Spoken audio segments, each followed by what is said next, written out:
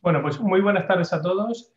Mi nombre es Pedro Flores, soy cardiólogo en el Hospital de Los Arcos y voy a exponer junto al doctor Manzano, conocido por todos, cardiólogo en el Hospital Virgen de la Risaca, una sesión sobre el control del LDL tras el síndrome coronario agudo. Al final de la sesión, pues abordaremos las cuestiones que tengáis. La charla la hemos estructurado en básicamente 3 bloques. En uno voy a hacer yo una muy breve introducción sobre la importancia del control del LDL en los pacientes con un infarto. Después el doctor Manzano nos expondrá datos de la región de Murcia, concretamente del Hospital Virgen de la Risaca, sobre el control del LDL tras un infarto, datos propios.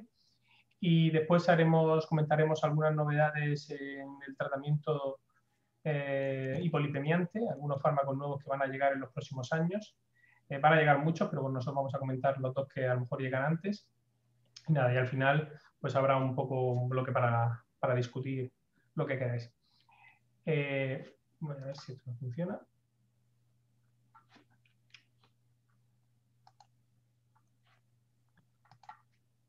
Ahora. Bueno, por todos es sabido que la reducción del colesterol LDL es proporcional a la reducción del riesgo de eventos coronarios y de eventos cardiovasculares mayores. Espera, se está moviendo. Todos aquí tenéis estas gráficas por todos conocidos, donde se incluyen los diferentes ensayos clínicos que ha habido con estatinas, donde se observa que, pues eso, que conforme más bajo ha sido el nivel de LDL alcanzado, mayor ha sido la reducción de los eventos cardiovasculares que sufren los pacientes.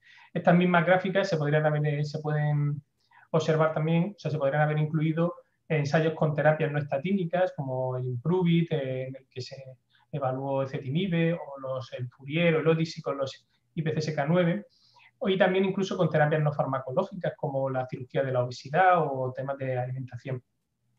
Lo que sacamos de todos estos estudios al final es que cuanto más bajo, la frase no, que se ha puesto de moda, que el LDL cuanto más bajo mejor, sin que hayamos encontrado de momento un efecto de curva en J, es decir, que no hemos visto que conforme nos estamos aproximando a niveles muy bajos de LDL haya un aumento un aumento de la tasa de eventos ni efectos secundarios que hagan que esa reducción no sea beneficiosa.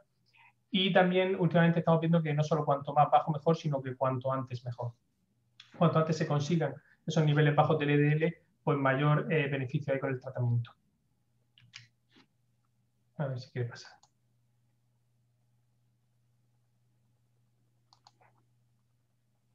A ver, el control remoto, vale. Sergio, casi que mejor que me lo pases tú.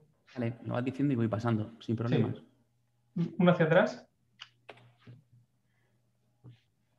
Bueno, estos datos han hecho que en las últimas guías que hayamos ido viendo que en los últimos años o en las últimas décadas, cada vez que salían unas nuevas guías de control de lípidos o en las guías del infarto, cada vez los niveles o sea, los objetivos de control de LDL cada vez han sido más bajos. Y así en 2019, en la categoría de muy alto riesgo, donde entrarían los pacientes con enfermedad cardiovascular establecida, o los diabéticos con varios factores de riesgo, o los pacientes con insuficiencia renal avanzada, o aquellos pacientes con un riesgo estimado muy elevado, por encima de una tasa de eventos cardiovasculares por encima del 10%, el objetivo de control que se ha establecido es un LDL por debajo de 55 miligramos decilitro o una reducción mayor del 50% de respecto al LDL basal. Esto pues ya lo hemos dicho, ¿no? La importancia, el beneficio de disminuir el LDL, de disminuir el colesterol LDL, se traduce en una reducción de los reinfartos, de los ictus, en general de la arteriosclerosis, de la enfermedad coronaria, de la enfermedad también arterial periférica. Y pasamos ahora. Y todo esto se demuestra con que la coste-efectividad de los tratamientos, ¿no?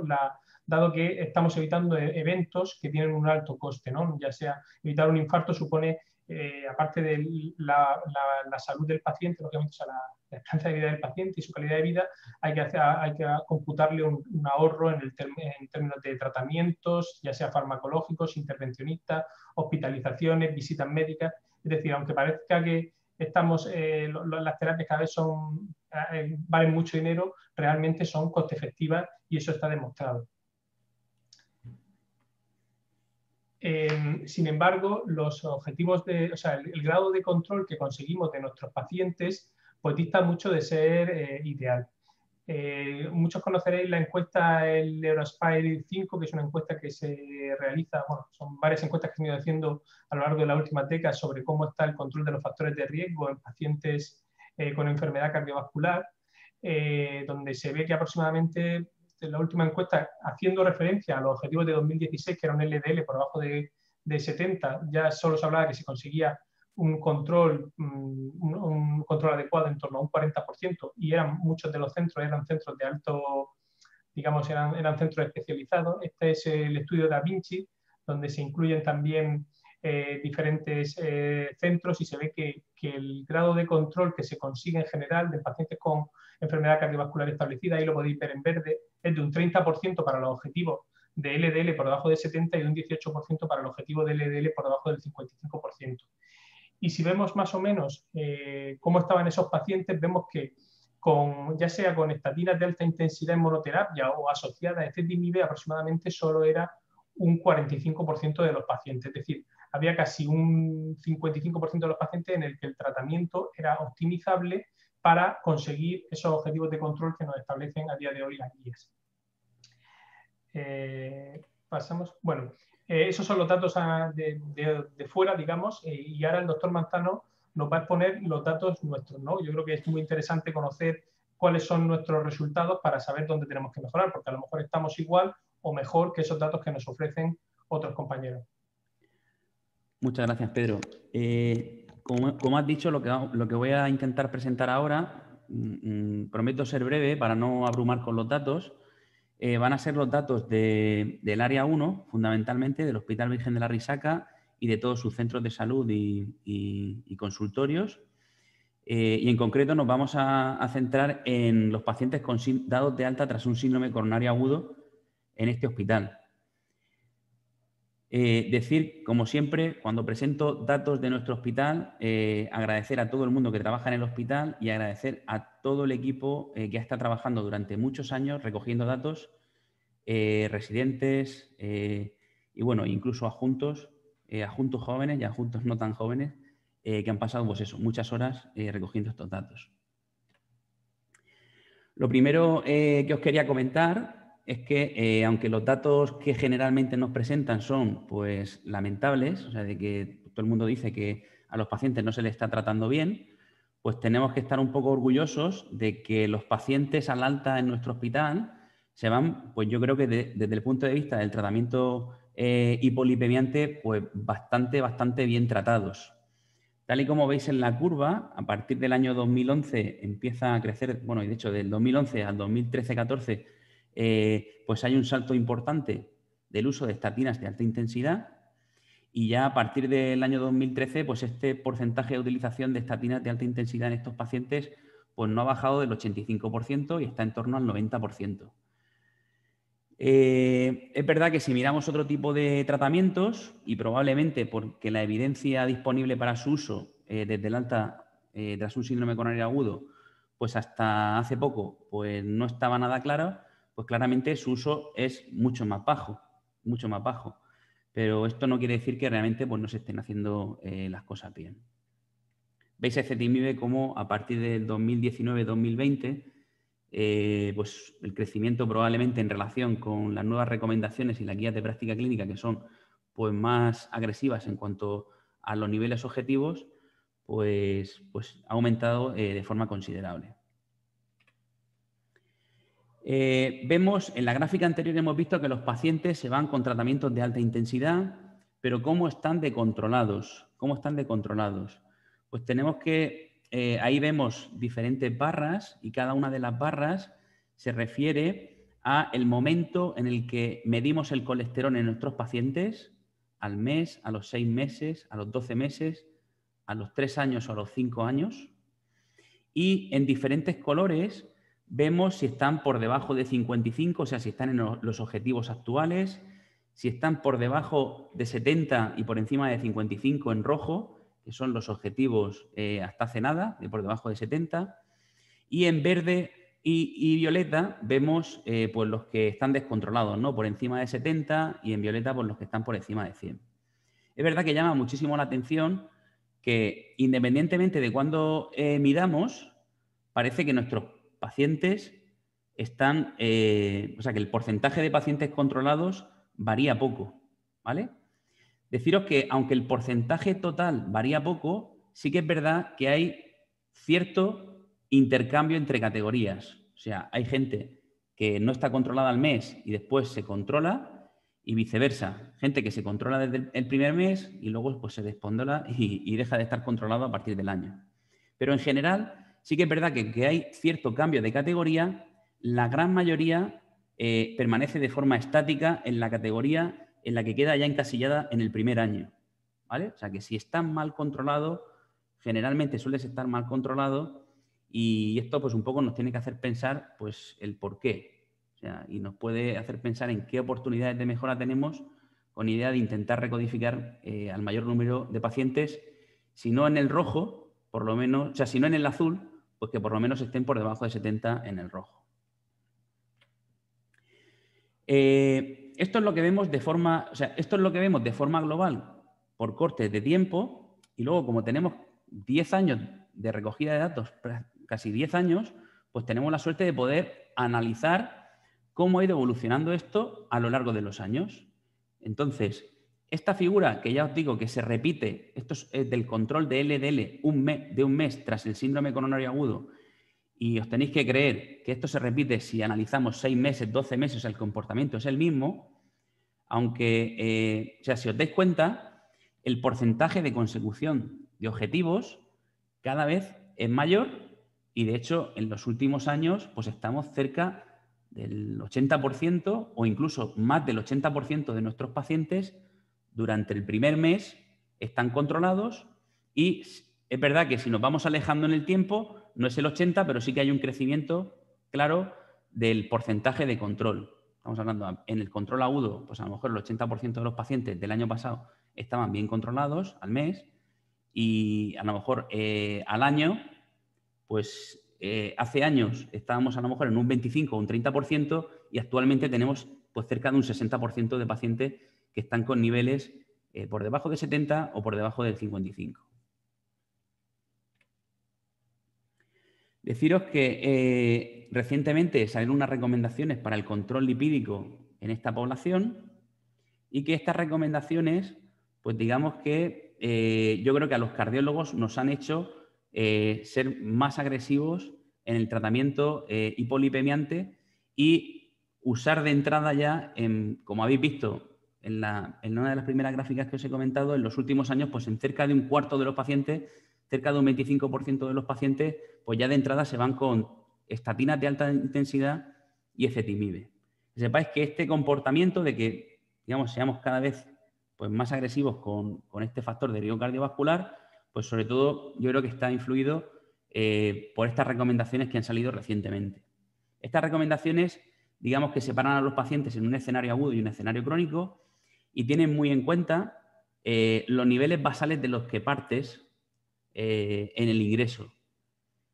Entonces, si ya en el ingreso estás por encima de 100, pues generalmente solo con estatinas no vas a llegar y lo que deberás de ir ya directamente es hacer pues combinaciones y realmente si miras el algoritmo y miras tu población, es verdad que en un porcentaje alto de pacientes ya se deberían de ir con terapias combinadas y en nuestro caso, que tenemos esos datos analizados, en torno al 40-45% de los pacientes se deberían ir con tratamiento de combinación con ezetimibe y estatinas de alta intensidad según estas recomendaciones. Es verdad que no llegamos al 45%, pero también es verdad que hemos pasado de menos de un 5% a un 26% y lo que quiere decir que vamos en el camino. Importante que estas recomendaciones dicen que hay que medir los lípidos 4 o 6 semanas después de irte de alta por un síndrome coronario agudo y que debes de intentar controlar al paciente de forma precoz. Y aquí es verdad que tenemos deberes y tenemos que mejorar un poco. Si miramos nuestros datos, pues excepto algún año, donde a lo mejor pues hemos pasado del 35%, pues generalmente estamos más cerca del 25%, o sea, solo a un cuarto de los pacientes le medimos el colesterol al mes o a las 6 semanas del alta, y aquí pues yo creo que tenemos que estar un poco más atentos, y yo creo que la llegada de unidades de rehabilitación cardíaca con enfermeras motivadas en la mejoría del control de estos pacientes, pues nos va a hacer mejorar en los próximos años. Deciros que, aunque estemos mal en algunas cosas, que no lo tenemos que tomar a mal, sino que siempre tenemos que intentar pensar en positivo e intentar pues, poner ciclos de mejora y ver esto con optimismo y como una oportunidad de mejorar nuestra práctica clínica. Independientemente de que podamos mejorar, pues también decir que en cuanto al tratamiento de nuestros pacientes, pues por lo menos al alta suele ser bastante correcto, y yo creo que donde tenemos que trabajar un poco más y mejorar bastante más es en el post-alta. Factores implicados en esta mejoría, pues hay 4, fundamentalmente, que hayamos pensado. Seguro que algunos, bueno, de hecho, uno de esos otros, pues están factores del sistema, factores del médico y factores del paciente. Y aquí un poco, Pedro, si quieres comentar algo, mi intención era darte la palabra. ¿Pedro? Sí, yo creo que los factores implicados, como has dicho, bueno, esos 3, yo creo que el sistema es muy importante y vuelvo a reincidir en lo mismo. Yo creo que aquí la coordinación, atención primaria, cardiología en el posalta del paciente es muy importante. Y bueno, ya ahí vemos que es verdad que los datos al alta, los tratamientos son bastante correctos, pero a veces nos encontramos pues eso, pues a veces hay un poco de descoordinación en el tema de quién es el responsable del paciente, ¿no? Eso, el paciente le da un infarto, va al médico de cabecera, a lo mejor esa primera visita pues piensa que va el cardiólogo a ver antes o lo va a ver más tarde. Entonces, a veces en esa falta de coordinación entre nosotros se genera que el paciente pues, no se beneficia a lo mejor de un control de lípido y de un ajuste de tratamiento, pues porque no, a veces está el paciente ahí como en tierra de nadie, cuando realmente el paciente es de los dos, y yo creo que con la ruta y con la terapia a día de hoy disponible es relativamente sencillo. Por parte del médico sí que desde luego la inercia terapéutica es bastante importante. Ahí yo creo que la falta de tiempo que a veces tenemos, y tanto, bueno, sobre todo atención primaria, donde el tiempo del paciente es mínimo, pues yo creo que habría que intentar disponer de más tiempo para los pacientes. Y bueno, y por parte del paciente, todo el tema de la adherencia yo creo que es fundamental. Tenemos que el paciente, hay que comprobar la adherencia, pero yo creo que hay que anticiparse destacando la importancia de los tratamientos que se instauran. Y bueno, yo creo que eso sería lo más a destacar por mi parte. No sé si tú quieres comentar algún otro factor o algún otro... Sí. Yo probablemente en el otros metería a uno que es igual o más importante que el médico y el paciente, que es el personal de enfermería, ¿sabes? O sea, el personal, o sea, la enfermería creo que tiene tiene que estar implicada en el control de los factores de riesgo cardiovascular de estos pacientes, y las unidades de rehabilitación cardíaca creo que aquí nos pueden ayudar y mucho. Y no solo las unidades de rehabilitación cardíaca, sino los programas de seguimiento de prevención secundaria en atención primaria. Estaría bien que hubiera un programa de seguimiento de pacientes de prevención secundaria en atención primaria por parte de enfermería, y desconozco que exista ese programa realmente en la región de Murcia, y yo creo que podría tener pues un papel bastante importante, ¿no? Muy bien, pues vamos a seguir y pasamos al bloque de novedades en el tratamiento hipolipemiante. Yo me voy a centrar pues en esta nueva molécula que la vamos a tener disponible antes de final de año, creo, que es el ácido bempedoico. La va a llevar Daiichi. Y bueno, deciros que es una molécula con un mecanismo de acción diferente, que es un profármaco que se activa solo en el hígado y no actúa a nivel del músculo. Por lo tanto, esto hace que no tenga realmente efectos secundarios a nivel musculares por efecto del fármaco. O sea, que no vamos a tener mialgias secundarias a esta molécula. Se inhibe una enzima que está implicada en la génesis de colesterol a nivel del hígado, y por lo tanto se va a disminuir la síntesis de LDL a nivel del hepatocito, y esta hipocolesterolemia del hepatocito, aparte de disminuir los niveles de sangre de LDL, pues va a hacer que se aumenten los receptores de LDL y que por lo tanto seamos capaces de meter más colesterol dentro del hepatocito y que se elimine. Esta molécula ya tiene ensayos en fase 3, digamos que en fase 3 tiene 5 ensayos y de estos 5 ensayos fundamentalmente están hechos añadidos a estatinas o en pacientes intolerantes a estatinas o añadidos a estatinas o ezetimibe, y deciros que los datos son bastante consistentes y es una molécula que suele proporcionar pues, una reducción del LDL en torno al 20-25% por sí sola. En cuanto a la seguridad de la molécula, decir que si bien es verdad que los que llevan ácido bempedoico en los diferentes ensayos de fase 3 tuvieron que suspender de forma más frecuente que el placebo la medicación del estudio, no ha habido efectos secundarios graves con mayor frecuencia con relación al placebo en todos los estudios realizados hasta el momento en fase 3.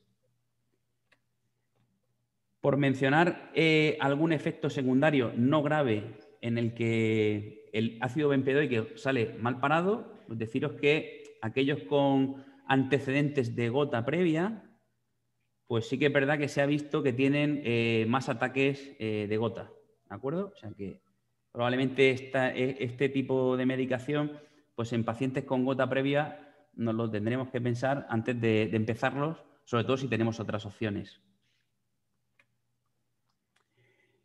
En cuanto a las presentaciones que vamos a tener disponibles, deciros que va a estar en monoterapia o asociado a ezetimibe. Los nombres de los fármacos va a ser Nilendo y Nustendi, no sé si luego saldrán otros. La dosis es de 180 miligramos y asociado a ezetimibe de 10 miligramos y se puede dar una vez al día, en cualquier momento del día y antes o después de las comidas. En ficha técnica vamos a tener la indicación, va a tener la indicación, la molécula en hipercolesterolemia primaria o dislipemia mixta como adyuvante a la dieta en combinación con estatinas en aquellos pacientes en los que no puedas alcanzar sus niveles objetivos de LDL y también en monoterapia o combinación en aquellos pacientes que tengan intolerancia o contraindicación a las estatinas. En ficha técnica también tenemos que tener claro las contraindicaciones y así una contraindicación para memorizarla y grabarla es que no se puede dar en pacientes que lleven simvastatina más de 40 miligramos porque aparecen efectos secundarios importantes a nivel muscular y lo primero que os estaréis preguntando es si me has dicho al principio que realmente no produce efectos secundarios a nivel muscular, ¿cómo que ahora me dices que asociado a simvastatina pues produce más eventos importantes a nivel muscular? Y esto tiene una explicación y es que realmente no es el fármaco en sí el que daña el músculo, sino que inhibe el mecanismo de degradación de la simvastatina y hace que la simvastatina sea pues, más nociva sobre el músculo. Y bueno, eso es un poco lo que os quería comentar del ácido bempedoico y dejo paso a Pedro. Pues muchas gracias. Me pasas tú la diapositiva si puedes. Bueno, iba a decir, vale, yo voy a presentar un fármaco nuevo que se llama Inclisiran, que pertenece al laboratorio Novartis. Y bueno, es un fármaco totalmente novedoso. La verdad es que, por lo menos dentro de la cardiología, yo no conozco ningún fármaco que actúe igual. Entré dentro del grupo de los anti-PCSK9, ya explico un poquito esto, pero la molécula es una molécula de ARN de interferencia, ¿vale? Ahí tenéis un esquema, es una molécula compuesta por 2 hebras de ARN con otra molécula que va a ser esa que veis en naranja ahí, que se llama, bueno, el nombre impronunciable, pero vamos, eso sería lo que haría que el hepatocito, digamos, integrara esta molécula y hiciera su efecto. Por lo tanto, solo va a tener efecto a nivel del hígado.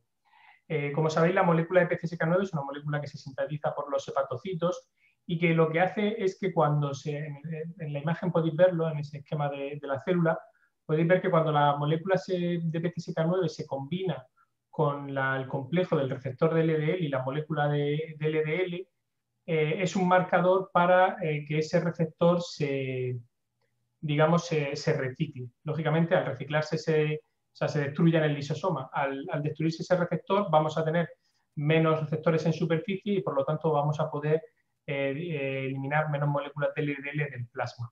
De tal manera que si bloqueásemos ese PCSK9, pues aumentaríamos el número de receptores LDL en superficie del hepatocito y reduciríamos más los niveles de colesterol.